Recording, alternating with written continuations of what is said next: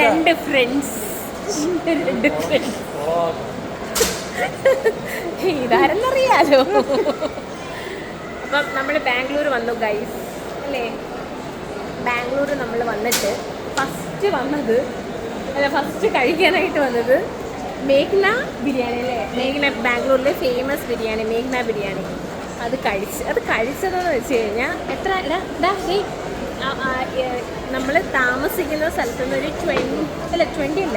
40 minutes drive ഉണ്ട് അവിടം വരെ എത്താൻ വേണ്ടിയിട്ട്.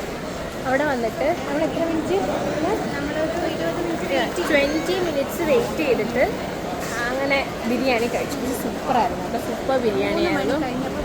3 മണി കഴിഞ്ഞപ്പോഴത്തേക്കും നമ്മൾ വിശന്ന് പൊരിഞ്ഞ് മറ്റേ ഭയങ്കരമായിട്ട് ടയേർഡായിട്ട് ബിരിയാണി കഴിച്ചു. അങ്ങനെ അടുത്ത നമ്മൾ ഫോറം മോളിൽ വന്നു. ഇവിടെ വണ്ടി ചാർജ് ചെയ്യാനായിട്ട് വന്നു. അപ്പോൾ നമ്മൾ ഫോറം മോളിലും കൂടെ കയറി. എൻ്റെ അപകടമൊക്കെ വിളിച്ച് പറയുന്നത് വണ്ടി ചാർജ് ചെയ്യാനായിട്ട് ഫോറം മോളിൽ എന്ന് വെച്ച് കഴിഞ്ഞാൽ ഓക്കെ നമ്മൾ മോളിൽ വരാൻ വേണ്ടിയിട്ട് ഇവിടെ വന്നല്ലേ.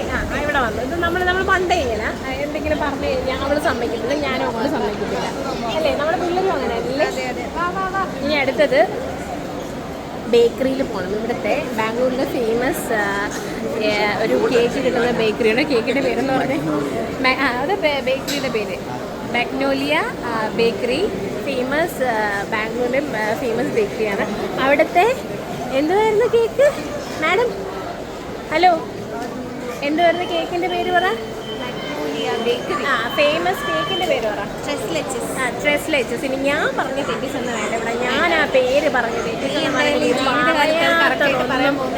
പറയാത്തതൊന്നുമില്ല. എന്ന് വെച്ച് കഴിഞ്ഞാൽ അവരവരുടെ ഫ്രാഞ്ചൈസി ആയിട്ട് വെച്ച് കഴിഞ്ഞാൽ അവരവിടെ വന്നിട്ട് എനിക്ക് ബ്രാൻഡ് നെയിം നശിപ്പിച്ചു എന്ന് പറഞ്ഞു.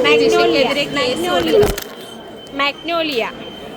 ഇപ്പം ഇവിടെ സംഭവിച്ചത് ഫോൺ താഴെ പോകാനായിട്ട് പോയപ്പോൾ ജസ്റ്റ് ബസ്സിൽ ഫോൺ പിടിച്ചു.